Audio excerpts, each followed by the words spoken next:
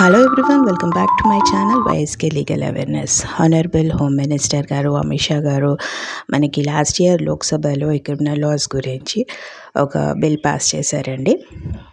అది రాజ్యసభలో కూడా డిస్కస్ చేసిన తర్వాత అమలు పరచాలా అమలు పరచకూడదా అని చెప్పి చాలా డిస్కషన్స్ తర్వాత అప్రూవ్ అయిందండి కొత్త క్రిమినల్ లాస్. అవి జూలై 1 నుంచి అమల్లోకి వస్తున్నాయి. అవి వాటి పేర్లు కొత్తగా కూడా మార్చారు. అవేంటో చూద్దాం. ఇండియన్ పీనల్ కోడ్ వచ్చి భారతీయ న్యాయ సంహిత BNS కింద పలుకుతాం. అలాగే CRPC వచ్చి భారతీయ నాగరిక్ సురక్ష సంహిత BNSS. అలాగే ఇండియన్ ఎవిడెన్స్ యాక్ట్ వచ్చి భారతీయ సాక్ష్య. ఇవి కొత్త పేర్లండి. అయితే కొన్ని సెక్షన్స్ మారాయి, అవి కూడా చూడండి. IPCలో 511 ఉంటే BNSలో 358 ఉన్నాయి. అలాగే రేప్ 363 కింద మారింది. మర్డర్ 302 నుంచి 101, కిడ్నాప్ 359 నుంచి 136. అలాగే చీటింగ్ 420 కాదండి, ఇప్పుడు 316. చీటింగ్ 420 అంటుంటాం కదా, చీటింగ్ చేసిన వాళ్ళని. ఇప్పుడు అది మారిపోయింది, అసలు 420 సెక్షన్సే లేవన్నమాట. అలాగే CRPCలో పాత దాంట్లో మనకి 484 ఉంటే కొత్త యాక్ట్లో 531 ఉన్నాయన్నమాట.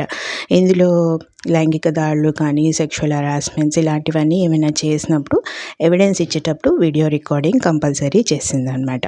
అలాగే ఇండియన్ ఎవిడెన్స్ యాక్ట్ టోటల్గా 167 సెక్షన్స్ ఉంటే BS యాక్ట్లో 170 సెక్షన్స్ ఉన్నాయన్నమాట.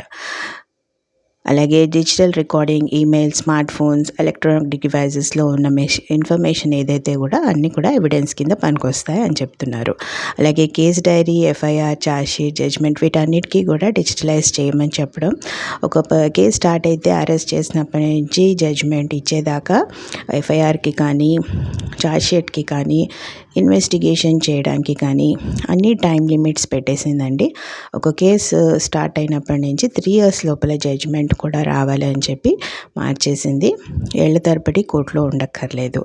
అలాగే ఈ కొత్త మార్పులు డెఫినెట్గా కొత్త సమాజానికి పనికొస్తాయని అనుకుంటున్నాను. ఈ ఆధునిక యుగానికి తగ్గట్టుగా మార్చారు కాబట్టి క్రైమ్ రేట్ కూడా తగ్గి మన కొత్త క్రిమినల్ లాస్ మంచి మార్పును తెస్తుందని ఆశిస్తున్నాను నేను. నా వీడియో మీకు నచ్చినట్టయితే డెఫినెట్గా లైక్ చేయండి, షేర్ చేయండి, సబ్స్క్రైబ్ చేయండి. Thanks for watching my channel.